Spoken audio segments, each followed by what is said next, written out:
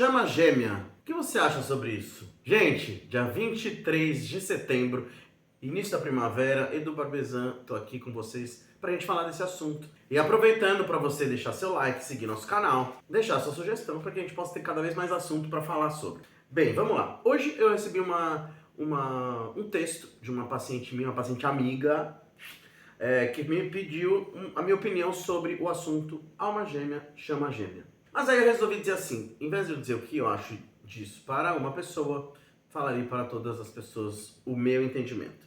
Gente, vamos lá.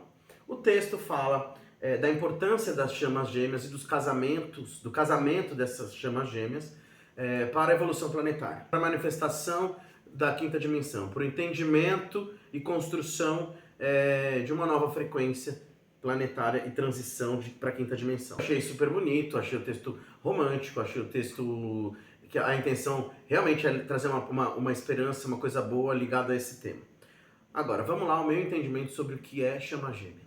Pessoal, a gente não pode esquecer que somos seres fragmentados.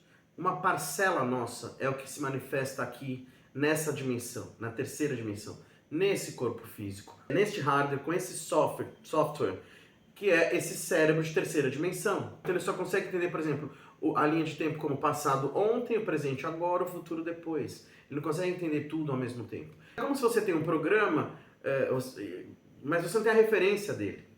E o nosso cérebro, ele é feito para projetar o que ele já tem como referência. Então tudo que a gente for querer entender de quinta dimensão, sexta dimensão, transição planetária, for querer, a gente vai estar colocando os nossos julgamentos, o nosso entendimento e a nossa referência. É físico isso que eu estou falando. É física quântica, mas é físico. Então, por mais que a gente tente se aproximar da ideia, a gente não vai chegar lá, porque nós não temos essa referência ainda de quinta dimensão dentro do nosso hardware mesmo, nosso corpo. Somos seres fragmentados.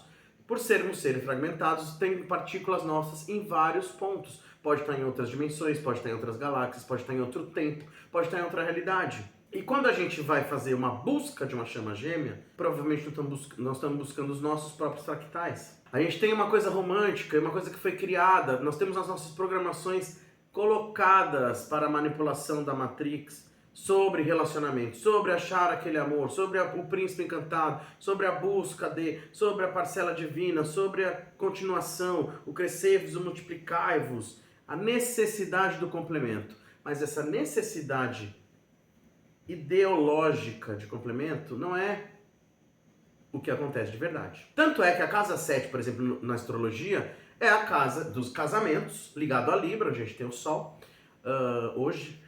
E ela não é uma casa do amor, ela é uma casa dos compromissos, dos contratos, casa dos contratos. E é a mesma casa dos inimigos declarados. Por exemplo, se você está numa audiência, o teu opositor na audiência é a casa 7. Então, olha que interessante. A Vênus, que é ligada à casa 7 ao amor, se a gente for entender a história de Helena de Troia, a gente não sabe quem ela amava de verdade. E ela causou uma guerra. Ou seja, a Vênus é a nossa necessidade de nos relacionarmos e de que forma que a gente vai se relacionar. E a Vênus está em Escorpião, então nada melhor do que um dia desse para dizer assim, vamos destruir essas questões de relacionamento. Brincadeira. Não, como falar realmente, e lá no fundo, né, Vênus e Escorpião, das questões de relacionamentos. A gente é criado para achar a nossa parcela divina, aquele amor eterno. Primeiro, nada é eterno. Nada é eterno. Né? As coisas são permanentes e são transitórias. Então começa por nem a gente é eterno. Eterno no sentido de, tudo bem, da continuidade, da consciência, sim. Mas das coisas concretas aqui, da fisicalidade, não é eterno. Então o texto fala que na transição planetária é muito importante que exista esse casamento com a chama gêmea, para que a gente possa fazer a transição para a quinta dimensão de forma edificante e que essas duas almas, quando se encontram, têm uma missão muito grande de elevar a frequência planetária.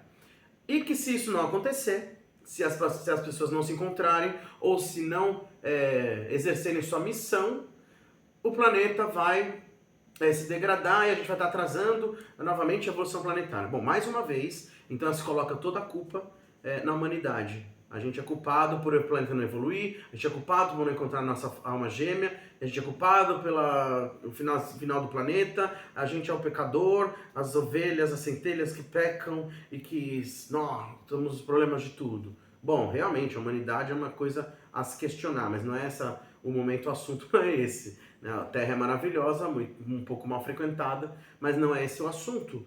O assunto é, essa ideologia romântica ligada à chama gêmea não existe. A gente está com um trígono lindo no céu, vai formar esse trígono ainda. Saturno em peixes, Vênus em escorpião, Marte em câncer. Saturno em peixe está falando, existe os outros níveis, existe a espiritualidade, existe o universo além da matéria, existe o sonho a se realizar, mas o Saturno está falando, pé no chão, realizar. Vamos pôr o pé no chão. Ok? Saturno fala, menos é mais. Saturno fala assim, bom, não terceiriza. Você é responsável pela sua vida, pelas suas escolhas, pelas suas histórias. Então, na minha opinião, o que a gente pode entender sobre esse texto de chama gêmea, sobre esse assunto de chama gêmea, casamento, é para de buscar no outro aquilo que você busca em você, aquilo que nem você tem em você mesmo. A busca de uma relação é uma busca de nós mesmos. As relações, os casamentos, a gente nunca chega em lugares diferentes fazendo sempre os mesmos caminhos. E há milhões de anos que a humanidade faz o mesmo caminho ligado a esse assunto relacionamento. Não é? Então são tóxicos, são egoístas, são o Titanic indo para baixo cada vez mais. Então a gente nem se relaciona com a gente mesmo, com nós mesmos. A gente não sabe nem o que a gente gosta, como gosta, de que forma gosta. A gente não coloca nossos dons e talentos aí, ó, à disposição do universo. A gente é cheio de crença, cheio de medo, cheio de culpa. A gente finge que ama, finge que sente prazer, finge que tá gostando, finge que tá fazendo um trabalho. Que tipo de chama gêmea que a gente quer encontrar vibrando nessa frequência? Então não adianta nada você estar atrás de uma chama gêmea, busca da chama gêmea, ficar preocupado mais uma vez na culpa de não exercer sua missão, se a sua missão principal, que é conheça-te a ti mesmo, a gente não está nem fazendo. A gente se desconectou e terceiriza, né? A culpa então é do outro que eu não encontrei a chama gêmea, é do meu pai, da minha mãe, a culpa é da minha condição financeira, a culpa é do governo, a culpa é de Deus, a culpa é de santo não sei o que lá, a culpa não é de ninguém. A chama gêmea, então a minha dica, o meu entendimento sobre esse assunto é, somos fractais, buscamos várias partes de nós mesmos que complementam o nosso eu sou, mas a gente primeiro tem que entender o nosso eu sou. O que eu gosto, quem eu sou, como eu quero, como eu gosto. Como é se relacionar comigo mesmo, como é me amar. Ok? Então a dica é essa. Beijo. A gente se vê no próximo assunto. Ah, esqueci de falar do ET. O que é do ET? Meu amigo aqui. A gente apresentei. É o meu Exu ancorado, João Bilu. Vai estar comigo aqui na gravação dos nossos vídeos. Beijo.